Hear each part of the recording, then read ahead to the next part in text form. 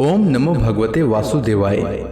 भगवान बृहस्पति देव की पूजा अर्चना के लिए बृहस्पतिवार को व्रत करके बृहस्पतिवार व्रत की कथा का श्रवण करना चाहिए। बृहस्पतिवार का व्रत करने और व्रत कथा सुनने से स्त्री पुरुषों की सभी मनोकामनाएं पूरी होती है। इस व्रत से धन संपत्ति की प्राप्ति होती है, निसंतानों को पुत्र प्राप्ति होती है, परिवार में सुख शांति बनी रहती है, सभी आनंद पूर्वक रहते हैं। इस व्रत में व्रत कथा का श्रवण करने का विशेष महत्व है। अब आइए सुनते हैं बृहस्पतिवार व्रत कथा। प्राचीन समय की बात है।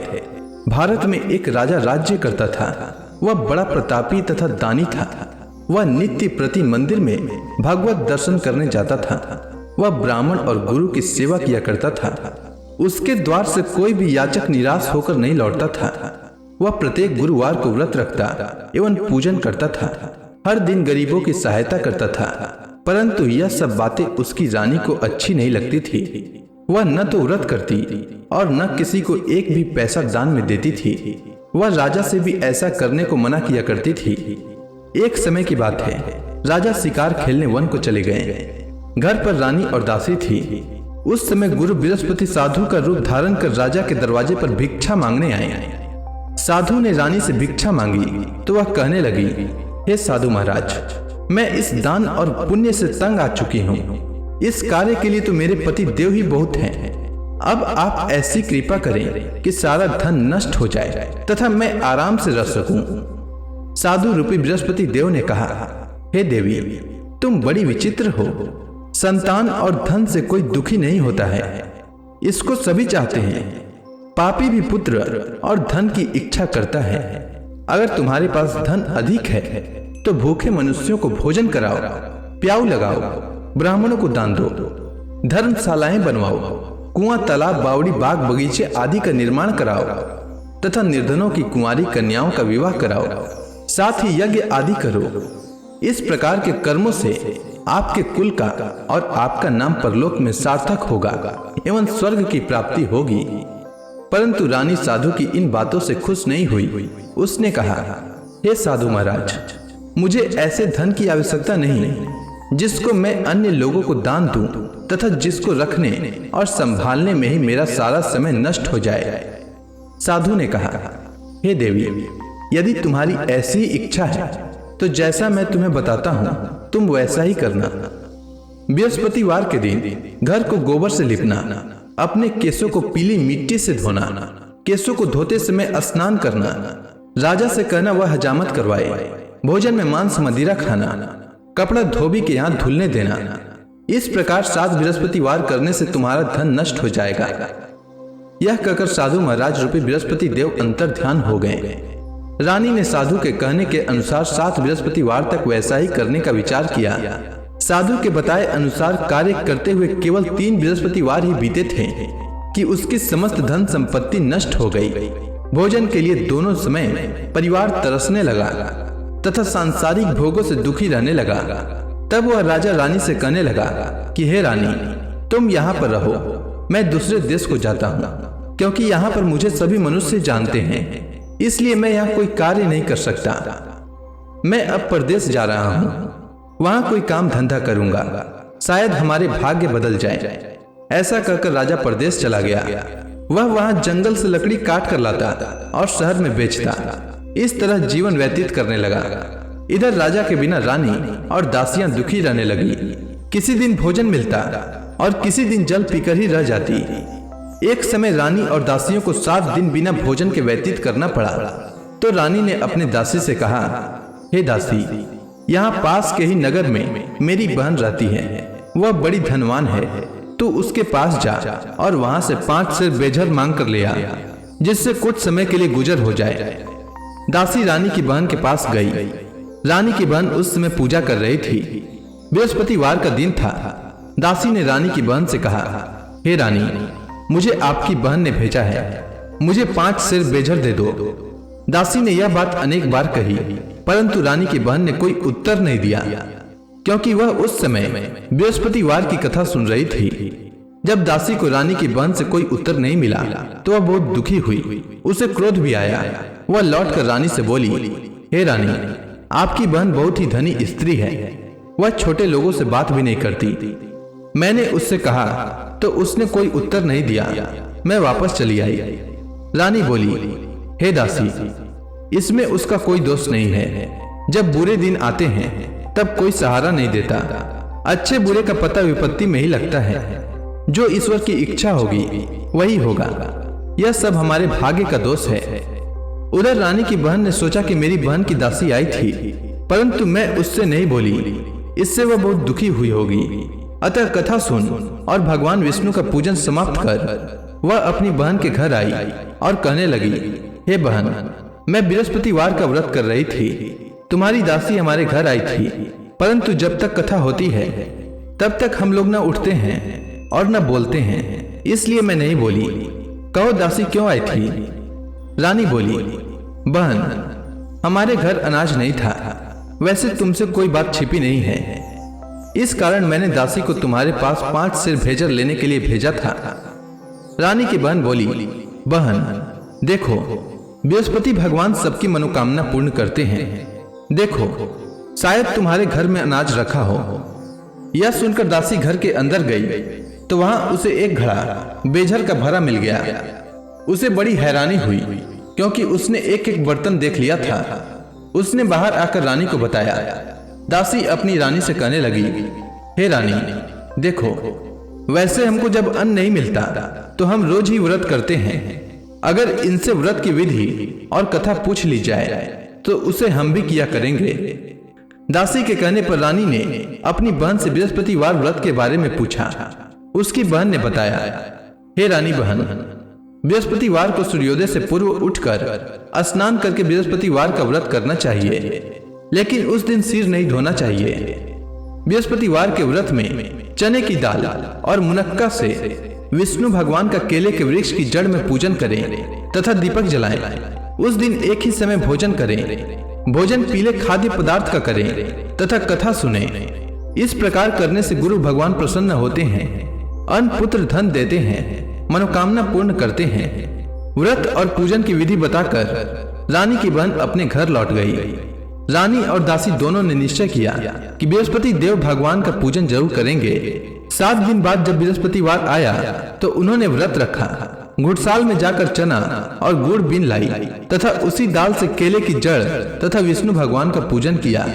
अब भोजन पीला कहाँ से आए? दोनों बड़ी दुखी हुई, परंतु उन्होंने व्रत किया था, इस कारण बृहस्पति देव भगवान प्रसन्न थे। एक साधारण व्यक्ति के रूप में वे 2 थालों में सुंदर पीला भोजन लेकर आए और दासी को देकर बोले, हे दासी, यह भोजन तुम्हारे और रानी के लिए है, तुम दोनों करना। दासी भोजन पाकर बड़ी प्रसन्न हुई और रानी से बोली, रानी जी, भोजन कर लो। रानी को भोजन आने के बारे में कुछ पता नहीं था, इसलिए वह दासी से बोली, जा तू ही भोजन कर, क्योंकि तू हमारी व्यर्थ में हंसी उड़ाती है। दासी बोली, एक व्यक्ति भोजन दे गया है। रानी कहने लगी, वह भोजन तेरे लिए दे गया है, तू ही भोजन कर। दासी ने कहा, वह व्यक्ति हम दोनों के लिए 2 थालों में भोजन दे गया है, इसलिए मैं और आप दोनों ही साथ साथ भोजन करेंगी। दोनों ने गुरु भगवान को नमस्कार कर भोजन प्रारंभ किया। उसके बाद से वे प्रत्येक बृहस्पतिवार को गुरु भगवान का व्रत और पूजन करने लगी। बृहस्पति भगवान की कृपा से उनके पास धन हो गया, परंतु रानी फिर से पहले की ही तरह आलस्य करने लगी। तब दासी बोली, देखो रानी, तुम पहले भी इस प्रकार आलस्य करती थी। तुम्हें धन के रखने में कष्ट होता था, इस कारण सभी धन नष्ट हो गया। अब गुरु भगवान की कृपा से धन मिला है तो फिर तुम्हें आलस्य होता है। बड़ी मुसीबतों के बाद हमने यह धन पाया है, इसलिए हमें दान पुण्य करना चाहिए। तुम भूखे मनुष्यों को भोजन कराओ, प्याऊ लगवाओ, ब्राह्मणों को दान दो, कुआं तालाब बावड़ी आदि का निर्माण कराओ, मंदिर पाठशाला बनवाकर दान दो, कुंवारी कन्याओं का विवाह करवाओ। धन को शुभ कार्यों में खर्च करो, जिससे तुम्हारे कुल का यश बढ़े तथा स्वर्ग प्राप्त हो और पितृ प्रसन्न हो। दासी की बात मानकर रानी ने इसी प्रकार के कर्म करने प्रारंभ किए, जिससे उनका काफी यश फैलने लगा। एक दिन रानी और दासी आपस में विचार करने लगी कि न जाने राजा किस दशा में होंगे, उनकी कोई खोज खबर नहीं है। गुरु भगवान से उन्होंने प्रार्थना की और भगवान ने रात्रि में राजा को स्वप्न में कहा, हे राजा, उठ, तेरी रानी तुझको याद करती है, अब अपने देश को लौट जा। राजा प्रातः काल उठकर जंगल से लकड़ियां काट कर लाने के लिए जंगल की ओर चल पड़ा। जंगल से गुजरते ही वह सोचने लगा, रानी की गलती से उसे कितने दुख भोगने पड़े। राजपाट छोड़कर उसे जंगल में आकर रहना पड़ा। जंगल से लकड़ियां काटकर उन्हें बेचकर गुजारा करना पड़ा। उसी समय उस जंगल में बृहस्पति देव एक साधु का रूप धारण कर आए और राजा के पास आकर बोले, हे लकड़हारे, तुम इस सुनसान जंगल में किस चिंता में बैठे हो, मुझे बतलाओ। यह सुनकर राजा के नेत्रों में जल भर आया और साधु की वंदना कर बोले, हे प्रभु, आप सब कुछ जानने वाले हैं। इतना कहकर राजा ने साधु को अपनी संपूर्ण कहानी सुना दी। महात्मा दयालु होते हैं। वे राजा से बोले, हे राजा, तुम्हारी पत्नी ने बृहस्पति देव के प्रति अपराध किया था, जिसके कारण तुम्हारी यह दशा हुई है। अब तुम किसी प्रकार की चिंता मत करो, भगवान तुम्हें पहले से अधिक धन देंगे। देखो, तुम्हारी पत्नी ने बृहस्पतिवार का व्रत प्रारंभ कर दिया है। अब तुम भी बृहस्पतिवार का व्रत करके चने की दाल व गुड़ जल के लोटे में डालकर केले का पूजन करो, फिर कथा सुनो। भगवान तुम्हारी सब मनोकामनाओं को पूर्ण करेंगे। साधु को प्रसन्न देखकर राजा बोला, हे प्रभु, मुझे लकड़ी बेचकर इतना पैसा भी नहीं बचता जिससे भोजन करने के उपरांत कुछ बचा सकूं। मैंने रात्रि में अपनी रानी को व्याकुल देखा है। मेरे पास कोई साधन नहीं जिससे समाचार जान सकूं। फिर मैं बृहस्पति देव की क्या कहानी सुनूं? मुझको तो कुछ भी मालूम नहीं है। साधु ने कहा, हे राजा, तुम किसी बात की चिंता मत करो। बृहस्पतिवार के दिन तुम रोजाना की तरह लकड़ियां लेकर शहर में जाओ। तुम्हें रोज से दुगना धन प्राप्त होगा, जिससे तुम भली भांति भोजन कर लोगे तथा बृहस्पति देव की पूजा का सामान भी आ जाएगा। बृहस्पति देव की कथा इस प्रकार है, सुनो। प्राचीन काल में एक बहुत ही निर्धन ब्राह्मण था। उसकी कोई संतान नहीं थी। वह नित्य पूजा पाठ करता, परंतु उसकी स्त्री बहुत मलिनता के साथ रहती थी। वह स्नान न करती और न किसी देवता का पूजन करती। प्रातःकाल उठते ही सर्वप्रथम भोजन करती, बाद में कोई अन्य कार्य करती। ब्राह्मण देवता बहुत दुखी रहते थे। पत्नी को बहुत समझाते, किंतु उसका कोई परिणाम न निकलता। भगवान की कृपा से ब्राह्मण की स्त्री को कन्या उत्पन्न हुई। वह कन्या अपने पिता के घर में बड़ी होने लगी। वह बालिका प्रातः स्नान करके भगवान विष्णु का जप करती। वह बचपन से ही बृहस्पतिवार का व्रत भी करने लगी। पूजा पाठ समाप्त कर विद्यालय जाती तो अपनी मुट्ठी में जौ भर कर ले जाती और पाठशाला जाने के मार्ग में डालती जाती।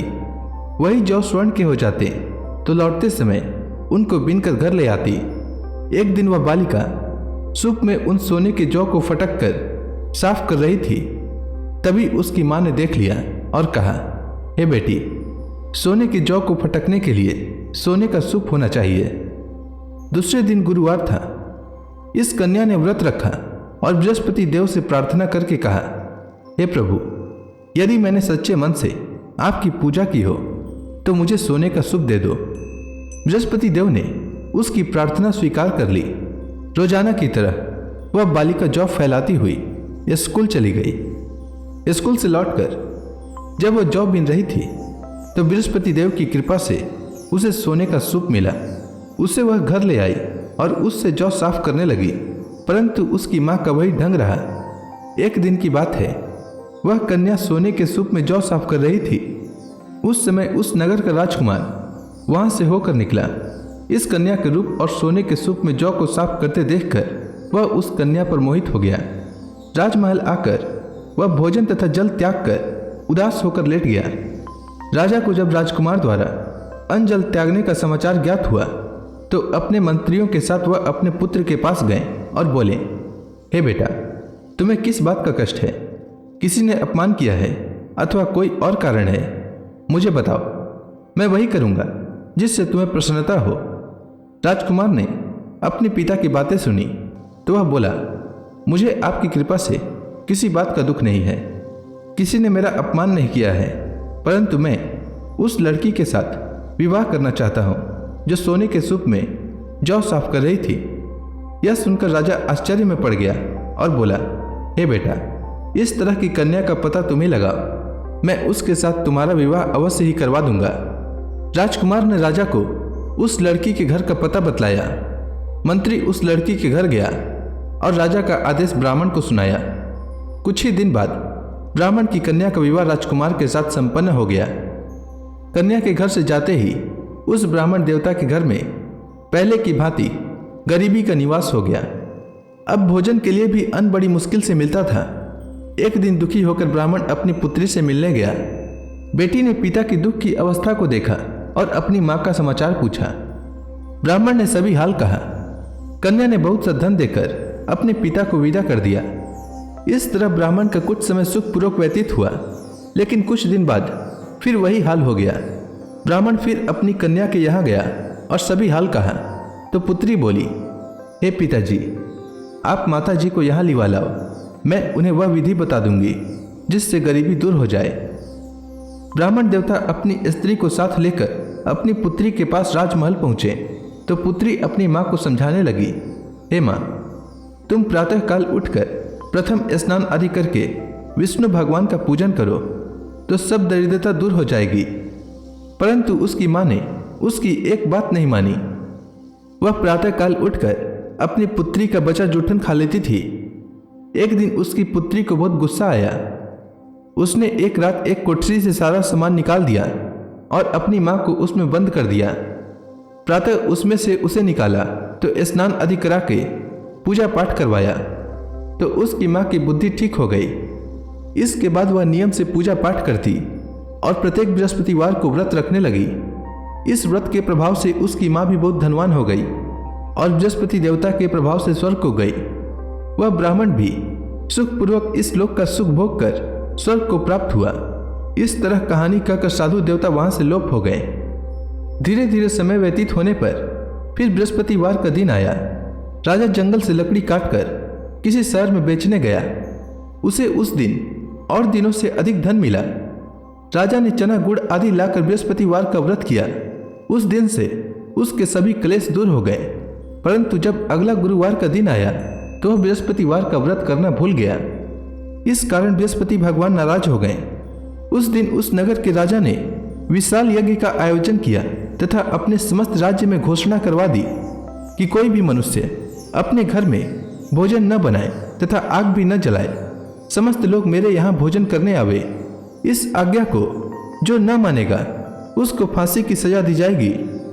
राजा की आज्ञानुसार राज्य के सभी वासी राजा के भोज में सम्मिलित हुए, लेकिन लकड़हारा कुछ देर से पहुंचा, इसलिए राजा उसको अपने साथ महल में ले गए। जब राजा लकड़हारे को भोजन करा रहे थे तो रानी की दृष्टि उस खुटी पर पड़ी जिस पर उसका हार लटका हुआ था। उसे हार खुटी पर लटका दिखाई नहीं दिया। रानी को निश्चय हो गया कि मेरा हार इसी लकड़हारे ने चुरा लिया है। उसी समय सैनिक बुलवाकर उसको जेल में डलवा दिया। जब लकड़हारा जेल खाने में गया तो बहुत दुखी होकर विचार करने लगा कि न जाने कौन से पूर्व जन्म के कर्म से मुझे यह दुख प्राप्त हुआ है, और उसी साधु को याद करने लगा जो जंगल में मिला था। तत्काल बृहस्पति देव साधु के रूप में प्रकट हो गए और उसकी दशा को देखकर कहने लगे, अरे मूर्ख, तूने बृहस्पति देवता की कथा नहीं कही, इसी कारण तुझे दुख प्राप्त हुआ है। अब चिंता मत कर। बृहस्पतिवार के दिन जेल खाने के दरवाजे पर 4 पैसे पड़े मिलेंगे। उनसे तू बृहस्पति देव की पूजा करना तो तेरे सभी कष्ट दूर हो जाएंगे। अगले बृहस्पतिवार उसे जेल के द्वार पर 4 पैसे मिले। राजा ने पूजा का सामान मंगवाकर कथा कही और प्रसाद बांटा। उसी रात्रि को बृहस्पति देव ने उस नगर के राजा को स्वप्न में कहा, हे राजा, तूने जिस आदमी को जेल खाने में बंद कर दिया है वह निर्दोष है, वह राजा है, उसे छोड़ देना। रानी का हार उसी खुटी पर लटका हुआ है। अगर तू ऐसा नहीं करेगा तो मैं तेरे राज्य को नष्ट कर दूंगा।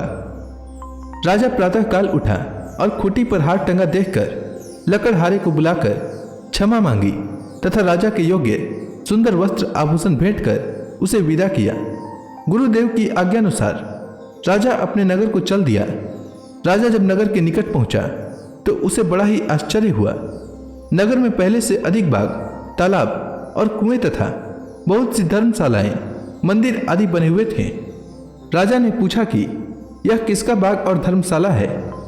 तब नगर के सब लोग कहने लगे कि यह सब रानी और दासी द्वारा बनाए गए हैं। राजा को आश्चर्य हुआ और गुस्सा भी आया। जब रानी ने खबर सुनी कि राजा आ रहे हैं तो उसने अपनी दासी से कहा, हे दासी, देख, राजा हमको कितनी बुरी हालत में छोड़ गए थे। वह हमारी ऐसी हालत देखकर लौट न जाएं, इसलिए तू दरवाजे पर खड़ी हो जा। रानी की आज्ञा अनुसार दासी दरवाजे पर खड़ी हो गई। जब राजा आए तो उन्हें अपने साथ महल में लिवा लाई। तब राजा ने क्रोध करके अपनी तलवार निकाली और पूछने लगा, बताओ, यह धन तुम्हें कैसे प्राप्त हुआ है? तब रानी ने बताया, हमें यह सब धन बृहस्पति देव के व्रत के प्रभाव से प्राप्त हुआ है। राजा ने तब निश्चय किया कि 7 रोज बाद तो सभी बृहस्पति देव का पूजन करते हैं, परंतु मैं रोजाना दिन में 3 बार कथा कहा करूंगा तथा रोज व्रत किया करूंगा। अब हर समय राजा के दुपट्टे में चने की दाल बंधी रहती तथा दिन में 3 बार कथा कहता। एक रोज राजा ने विचार किया कि चलो अपनी बहन के यहाँ हो आवे। इस तरह का निश्चय कर राजा घोड़े पर सवार हो अपनी बहन के यहाँ चल दिया।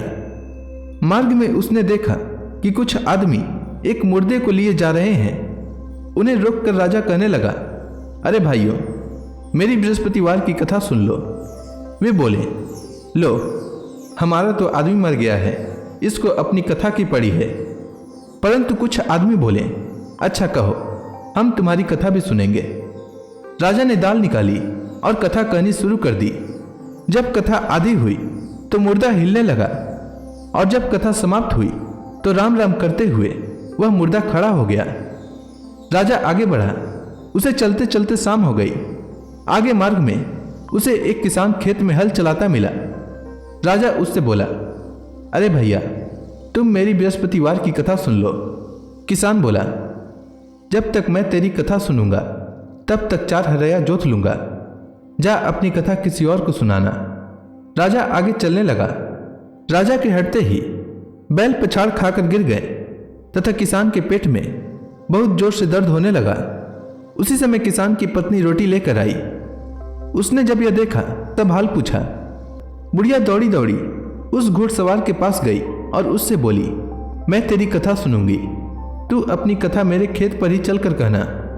राजा ने लौटकर बुढ़िया के खेत पर जाकर कथा कही, जिसके सुनते ही बैल खड़े हो गए तथा किसान के पेट का दर्द भी बंद हो गया। राजा अपनी बहन के घर पहुंच गया। बहन ने भाई की खूब मेहमानी की। दूसरे रोज प्रातःकाल राजा जागा तो वह देखने लगा कि सब लोग भोजन कर रहे हैं। राजा ने जब अपनी बहन से पूछा कि ऐसा कोई मनुष्य है जिसने भोजन नहीं किया हो जो मेरी बृहस्पतिवार की कथा सुन ले, तो बहन बोली, हे भैया, यह देश ऐसा ही है। पहले यहाँ के लोग भोजन करते हैं, बाद में अन्य काम करते हैं। अगर पड़ोस में कोई हो तो दिखाती हूँ। ऐसा कहकर बहन देखने चली, परंतु उसे कोई भी ऐसा व्यक्ति नहीं मिला जिसने भोजन न किया हो। वह एक कुम्हार के घर गई जिसका लड़का बीमार था। उसे मालूम हुआ कि उसके यहाँ 3 दिन से किसी ने भोजन नहीं किया है। रानी ने अपनी भाई की कथा सुनने के लिए कुम्हार से कहा। वह तैयार हो गया। राजा ने जाकर बृहस्पतिवार की कथा कही, जिसको सुनकर उसका लड़का ठीक हो गया। अब तो राजा की प्रशंसा होने लगी। एक दिन राजा ने अपनी बहन से कहा, हे बहन, मैं अपने घर जाऊंगा, तुम भी तैयार हो जाओ। राजा की बहन ने अपनी सास से अपने भाई के साथ जाने की आज्ञा मांगी। सास बोली, चली जा, परंतु अपने लड़कों को मत ले जाना, क्योंकि तेरे भाई को कोई संतान नहीं होती है। बहन ने अपने भाई से कहा, हे भैया, मैं तो चलूंगी, परंतु कोई बालक नहीं जाएगा। राजा ने कहा, जब कोई बालक नहीं चलेगा तब तुम जाकर ही क्या करोगी? दुखी मन से राजा अपने नगर को लौट आया। राजा ने अपनी रानी से कहा, हम निसंतान हैं, इसलिए कोई हमारे घर आना पसंद नहीं करता। इतना कह वह बिना भोजन आदि किए शैया पर लेट गया। रानी बोली, हे प्रभु, बृहस्पति देव ने हमें सब कुछ दिया है, वे हमें संतान भी अवश्य देंगे। उसी रात बृहस्पति देव ने राजा को स्वप्न में कहा, हे राजा, उठ, सभी सोच त्याग दे, तेरी रानी गर्भवती है। राजा को यह जानकर बड़ी खुशी हुई। 9वें महीने रानी के गर्भ से एक सुंदर पुत्र पैदा हुआ। जब राजा की बहन ने यह शुभ समाचार सुना तो वह बहुत खुश हुई तथा बधाई लेकर अपने भाई के यहाँ आई। तभी रानी ने कहा, घोड़ा चढ़कर नहीं आई, गधा चढ़ी आई। रानी की बहन बोली, भाई मैं इस प्रकार न कहती तो तुम्हें औलाद कैसे मिलती। बृहस्पति देव ऐसे ही हैं, जिसके मन में जो कामनाएं रहती है सभी को पूर्ण करते हैं। जो सद्भावना पूर्वक बृहस्पतिवार का व्रत करता है एवं यह कथा पढ़ता है अथवा सुनता है और दूसरों को सुनाता है, बृहस्पति देव उसकी सभी मनोकामना पूर्ण करते हैं। बृहस्पति देव उनकी सदैव रक्षा करते हैं। जो संसार में सद्भावना व सच्चे हृदय से बृहस्पति देव का पूजन करते हैं, उनकी सभी मनोकामनाएं उसी प्रकार पूर्ण होती है जैसे रानी और राजा ने बृहस्पति देव की कथा का गुणगान किया। उनकी सभी इच्छाएं बृहस्पति देव ने पूर्ण की। मनुष्य को हृदय से उनका मनन करते हुए जयकारा करना चाहिए। तो प्रेम से बोलिए, बृहस्पति देव की जय, विष्णु भगवान की जय, समस्त देवी देवताओं की जय। अब आप सभी भक्तगण हाथ जोड़कर भगवान श्री हरि का ध्यान करें। आरती होने वाली है। ओम जय जगदीश हरे, स्वामी जय जगदीश हरे। भक्त जनों के संकट, भक्त जनों के संकट क्षण में दूर करे। ओम जय जगदीश हरे।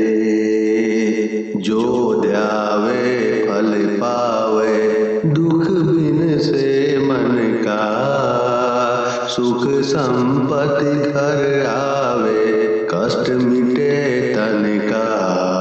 ओम जय जगदीश हरे।